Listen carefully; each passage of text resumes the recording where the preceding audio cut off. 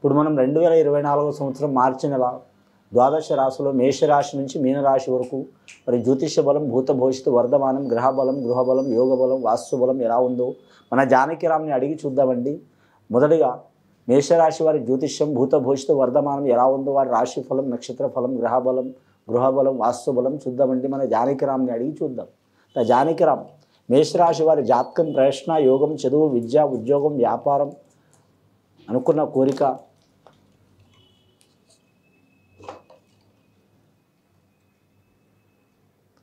మేషరాశి వారి జాతకంలో చెప్పాలంటే లక్ష్మీదేవత వచ్చిందండి, కాణిపాక వరసిద్ధి వినాయక స్వామి వచ్చిండు, సరస్వతి దేవత వచ్చింది. చాలా వరకు మేషరాశి వారికి మాత్రం ఈ మాసం చాలా వరకు శుభయోగం ఉన్నదండి. మార్చి నెల మాత్రం వారి జాతక బలంలో మాత్రం మేషరాశి వారి జాతకంలో మాత్రం విశేష యోగం ఉంది. నవగ్రహాల్లో 7 గ్రహాలు వారికి అనుకూలంగా ఉన్నాయి, 2 గ్రహాలు అనుకూలంగా లేవండి వారి పేరు మీద. అశ్విని నక్షత్రంలో పుట్టిన వారికి మాత్రం చాలా వరకు శుభయోగం ఉంది. కృతికా నక్షత్రం పుట్టిన వారికి మాత్రం మిశ్రమ ఫలితం ఉన్నది వారి జాతక బలంలో. స్త్రీలకు మాత్రం చాలా వరకు యోగ బలాలు ఉన్నాయి వారి జాతక బలంలో. విద్యార్థులకు విద్యాకారకుడు గురుగ్రహం కాబట్టి మాత్రం విద్య విషయంలో తిరుగు ఉండదు వారి జాతక బలంలో. చాలా కాలం నుంచి విద్యలో జ్ఞాపక శక్తి తగ్గి ఇబ్బందులు పడుతున్నవారు, మానసిక బాధలు పడుతున్నవారు, విద్యార్థులు కావచ్చు, విద్యార్థులు కావచ్చు, చాలా వరకు ఆ ఇబ్బందులు తొలగిపోయే అవకాశం ఉంది. కానీ విఘ్ననాయకుడు కాణిపాక వరసిద్ధి వినాయకుడు వచ్చింది కాబట్టి విద్యకు తిరుగు ఉండదు. అలాగే మాత్రం గవర్నమెంట్ ఉద్యోగం చేసేవారికి మాత్రం చాలా వరకు శుభయోగాలు కలుగుతాయండి. ఆకస్మిక బదిలీలు మాత్రం తప్పవారికి అనుకుంటారు. ఒక సైడు బదిలీ కావాలనుకుంటారు కానీ ఒక సైడు బదిలీలు అయ్యే అవకాశం ఉంది. ప్రమోషన్ లిస్టులు కూడా వచ్చే అవకాశం ఉంది. అలాగే వారి మీద లేనిపోని నిందలు, చిక్కులు, చికాకులు వచ్చే అవకాశాలు కూడా ఉన్నాయి. చాలా జాగ్రత్తగా ఉండాలండి. ఇక వివాహం కాని వారికి వివాహ విషయంలో మాత్రం శుభవార్తలు వినే అవకాశం ఉంది. కోరుకున్న వివాహం కలిసి వచ్చే అవకాశం ఉంది. అలాగే పెద్దల ప్రకారం చేసే వివాహం కూడా కలిసి వస్తుంది. అలాగే మాత్రం చాలా కాలం నుంచి వివాహ విషయంలో కానీ మాత్రం చిక్కులు, చికాకులు, కుజదోషం కానీ, నాగదోషం కానీ, కళ్యాణ దోషం కానీ, వివాహ దోషం కానీ రకరకాల పేర్లు ఉంటాయండి వాటికి. అలాంటి దోషం ఉన్న వారికి కూడా మాత్రం ఆ దోషాలు తొలగిపోయే అవకాశాలు ఉన్నాయి. ఆ దోషాలు తొలగిపోవడానికి మాత్రం ఖచ్చితంగా వారు మాత్రం వీలైతే సుబ్రహ్మణ్యేశ్వర స్వామిని పూజ చేయటం, అలాగే శ్రీకాళహస్తీరునికి సందర్శనం చేసి రాహుకేతువుల్ని పూజ చేయటం చాలా వరకు అనుకూలం ఉంటుంది వారి జాతక బలంలో. అలాగే వివాహమైన వారికి కళ్యాణ విషయంలో మాత్రం చిక్కులు, చికాకులు, భార్యాభర్తలతో విరోధాలు, లేనిపోని ఆటంకాలు, ఒకరి మనసులో ఒకరు లేకపోవటం, ఎవరి ఆలోచనలో వారు ఉండటం, అలాంటి ఇబ్బందులు ఉన్నవారికి కూడా మాత్రం తప్పకుండా రాజీ చేసుకోవడం మంచిది. పెద్దగా గొడవలు ఉన్నవారికి, కోర్టు కేసులు ఉన్నవారికి చాలా వరకు రాజీ చేసుకోవడం శుభయోగం కలిసి వస్తుంది. కానీ వాహన విషయంలో మాత్రం జాగ్రత్తగా ఉండాలి. ప్రయాణ విషయంలో జాగ్రత్తగా ఉండాలి. దూరదేశం ప్రయాణం చేయాలనుకునే వారు వేరే రాష్ట్రం, వేరే ప్రాంతం, వేరే జిల్లా, వేరే దేశంలో వెళ్ళాలనుకునే వారికి మాత్రం చాలా వరకు శుభకాల ఫలితం ఉన్నది వారి పేరు మీద. ఇక రాజకీయ నాయకుల విషయంలో వస్తే గురుబలం, రాహుబలం, కేతుబలం, శని బలం 4 గ్రహాలు మంచిగా ఉన్నాయండి. శని శ్రమకారకుడు, లేబర్ కారకుడు, రాజకారకుడు. గురు విద్యాకారకుడు, గౌరవకారకుడు, సంతానకారకుడు, యుక్తికారకుడు. అలాగే రాహు మోక్షకారకుడు. కేతువు మాత్రం కరెక్ట్ మాత్రం చాలా వరకు శుభకారకుడు. ఈ 4 గ్రహాలు అనుకూలంగా ఉన్నాయి కాబట్టి ముఖ్యంగా మాత్రం రాజకీయ నాయకులకు తిరుగుండదండి. రాజకీయ నాయకులు వారు కానీ మాత్రం ముఖ్యంగా వారు అధికార పక్షంలో ఉన్నవారైనా సరే, స్వతంత్రులైనా సరే, ప్రతిపక్షానికి సంబంధించిన వారైనా సరే కలిసి వచ్చే అవకాశం ఉన్నది. అలాగే మాత్రం సినీ కళాకారులకు, టీవీ కళాకారులకు, డైరెక్టర్లు, నిర్మాతలకు, సంగీత కళాకారులకు, గీత రచయిత రాసే వారికి కానీ మాత్రం కళాకార రంగానికి సంబంధించిన వారికి శుభ ఫలితాలు కలిసి వస్తాయండి. మేము చెప్తే జరగవండి, ప్రయత్నం మాత్రం ఖచ్చితంగా చేయాలి. ముఖ్యంగా చాలా కాలం నుంచి గడ్డు పరిస్థితి ఎదుర్కొంటున్న వారు కూడా మాత్రం చాలా వరకు శుభయోగాలు కలిసి వస్తాయి. వెండి బంగారం మాత్రం అచ్చుబాటు ఉండదండి వీరి పేరు మీద. నూతన గృహం కొనాలనుకున్న, వాహనం కొనాలనుకున్న, వస్తువులు కొనాలనుకున్న చాలా వరకు శుభ సూచనలు ఉంటాయి. అలాగే రియల్ ఎస్టేట్ వ్యాపారం చేయాలనుకునే వారు కలిసి వచ్చే అవకాశం ఉంటుంది. కానీ ధన విషయంలో జాగ్రత్తగా ఉండాలండి. ఫైనాన్స్ విషయంలో జాగ్రత్తగా ఉండాలి. మీరు ఎంతైనా అప్పు ఇవ్వచ్చు కానీ మధ్యవర్తి కావద్దండి. మధ్యవర్తి ఇస్తే మాత్రం చాలా వరకు తలకాయ నొప్పి వ్యవహారం ఉంటుంది. ఎందుకంటే మేషరాశిలో పుట్టిన వారికి, మేషలగ్నంలో పుట్టిన వారికి, అలాగే మాత్రం ముఖ్యంగా మాత్రం జన్మ నక్షత్రం ప్రకారం మేషరాశి ఉన్నవారికి, ఇలాంటి వారికి రుణ చిక్కులు తప్పవు. తీసి ఇబ్బందులు పడటం కానీ, డబ్బులు ఇచ్చి ఇబ్బందులు పడటం కానీ, మధ్యవర్తి ఇబ్బందులు పడటం కానీ, గొడవలు కానీ, కోర్టు కేసులు కానీ, భూమి తగాదాలు కానీ తప్పకుండా ఉంటాయి. వీరికి ఉద్రేక స్వభావం ఉంటుంది. ఎంత మంచిగా ఉంటారో అంత ఆవేశపరులు ఉంటారు. చాలా మంచి కూడా ఉంటుంది కానీ ఆవేశం, తన శత్రువే తన కోపమే తనకు శత్రువు అంటారు. అలాంటి చిక్కులు వస్తాయి వీరికి. వీరు ఉద్రేకం తగ్గించుకుంటే తిరుగు ఉండదు వీరి జాతక బలానికి. చాలా కాలం నుంచి పడుతున్న ఇబ్బందులు, చిక్కులు, చికాకులు తొలగిపోయే అవకాశాలు ఉన్నాయి. ఇక వ్యాపార విషయంలో చూడాలంటే వీరికి మాత్రం చాలా వరకు మాత్రం నిత్య కళ్యాణం, పచ్చతోరణం లెక్క ఉంటుందండి. వ్యవసాయదారులకైతే మిశ్రమ ఫలితం ఉంటుంది. ఎందుకంటే బుధగ్రహం మంచిగా లేదు, చంద్రగ్రహం మంచిగా లేదు. చంద్రుడు, బుధుడు మంచిగా ఉంటేనే వ్యవసాయ విషయంలో కలిసి వస్తుంది.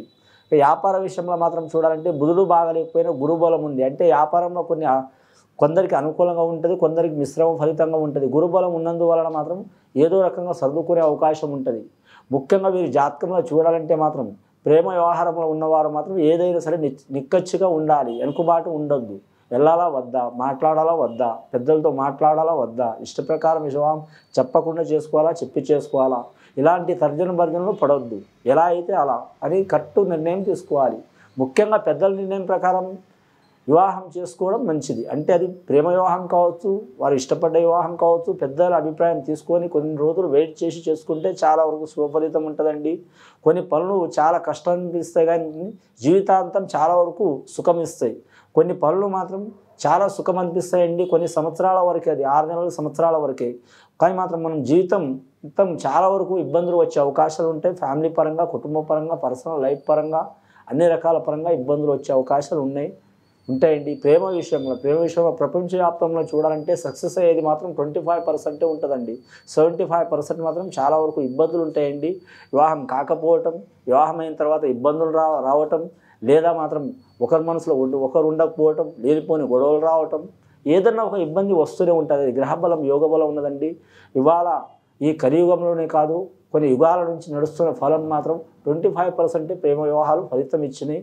అది కాపాడుకున్నవారు అదృష్టవంతులు, అది పోగొట్టుకున్నవారు దురదృష్టవంతులు అంటలేదు. కానీ ప్రాప్తం లేదు అనుకోవాలి వారికి. కానీ అంశబలం మంచిగా ఉంటుంది వీరి పేరు మీద. కానీ అనుకున్న పని జయమయ్యే అవకాశం ఉంది.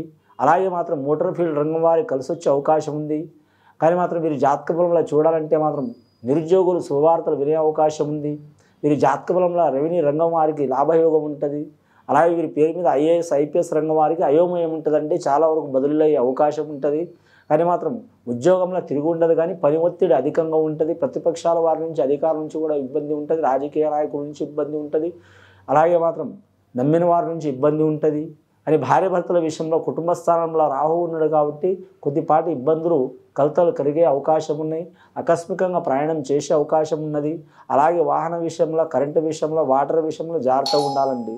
చాలా వరకు ఇబ్బందులు వచ్చే అవకాశం ఉన్నది. వీరి జాతక బలానికి చూడాలంటే మాత్రం రుణ విషయంలో, రణ విషయంలో, కుటుంబ విషయంలో, కళ్యాణ విషయంలో తప్పకుండా ఇబ్బందులున్నా తొలగిపోయే అవకాశం ఉంది. అలాగే సంతానం లేని వారికి, సంతానం కలగని వారికి, సంతానం కలిగి ఇబ్బందులు పడుతున్న వారికి ఆ చిక్కులు, చికాకులు తొలగిపోయే అవకాశాలు ఉన్నాయి. సంతాన కారకుడు మాత్రం మోక్షకారకుడు ఆ శివుడు, విష్ణువు కాబట్టి ఖచ్చితంగా వారికి మాత్రం శివాలయం సందర్శనం చేయటం, శివపార్వతుల్ని మాత్రం పూజ చేయటం చాలా మంచిది. వివాహ బలానికి, కళ్యాణ బలానికి, అలాగే సంతాన బలానికి శివపార్వతుల కలయిక పూజ చేయటం చాలా మంచిదండి. వీరి పేరు మీద మంగళవారం మాత్రం కలిసి వచ్చే అవకాశం ఉంది. కానీ మాత్రం వీరి జాతక బలంలో చూడాలంటే మాత్రం, కానీ వీరి జాతకానికి మాత్రం ముఖ్యంగా ఏ పని చేసినా మాత్రం వాయిదాలు వేయవద్దండి. మంగళవారం కలిసి వచ్చే అవకాశం ఉన్నది. అలాగే మాత్రం ఆదివారం కూడా కలిసి వచ్చే అవకాశం ఉంది. వీరు వైడూర్యం ధరించడం చాలా మంచిది. అశ్విని నక్షత్రం వారు పిల్లికన్ను రాయి అంటారు. దానికి మన తెలుగు భాషలో వైడూర్యాన్ని పిల్లికన్ను రాయి అంటారు. అలాగే మాత్రం వీరి జాతక బలంలో చూడాలంటే మాత్రం కెంపు కూడా ధరించడం మంచిది. కృత్తికా నక్షత్రం వారు, ఇక భరణి నక్షత్రం 1వ పాదం వారు మాత్రం వజ్రం ధరించడం మంచిది. చాలా వరకు కలిసి వచ్చే అవకాశాలు ఉన్నాయండి. కొందరు వందలు, లక్షలు పెట్టి కొనుక్కుంటారు. కానీ శుభముహూర్తం చూడాలి.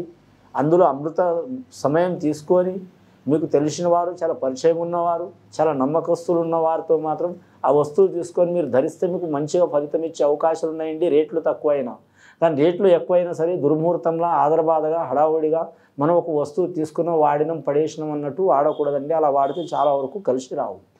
ముఖ్యంగా మాత్రం గృహవాస్తు చిక్కులు, చికాకులు ఉన్నవారికి మాత్రం తప్పకుండా మాత్రం మంచి ఫలితాలు కలిసి వచ్చే అవకాశాలు ఉన్నాయి. అనుకున్న పని జయమయ్యే అవకాశం ఉంది. పెద్దల పేరు నిలబెట్టే అవకాశం ఉంది. గత కొన్ని సంవత్సరాల నుంచి పడుతున్న బాధలు, చిక్కులు, చికాకులు వెళ్ళిపోతాయి.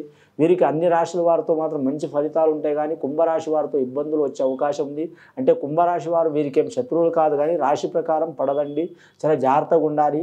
జాయింట్ వ్యాపారం చేస్తున్నవారు, జాయింట్ ఉద్యోగం చేస్తున్నవారు, జాయింట్ పనులు చేస్తున్నవారు, జాయింట్ గృహంలో ఉంటున్నవారు జాయింట్ భూమిలో ఉన్నవారు కొద్దిపాటి మాత్రం జాగ్రత్త పాటించడం చాలా వరకు శుభయోగాలు ఉంటాయండి. ఖచ్చితంగా మీరు లక్ష్మీ సరస్వతి విఘ్నేశ్వరిని ఆరాధన చేయాలి. ఇది విని చూసి ఆచరించే వారికి చాలా వరకు గొప్ప ఫలితాలు కలుగుతాయండి. శుభం భూయత్.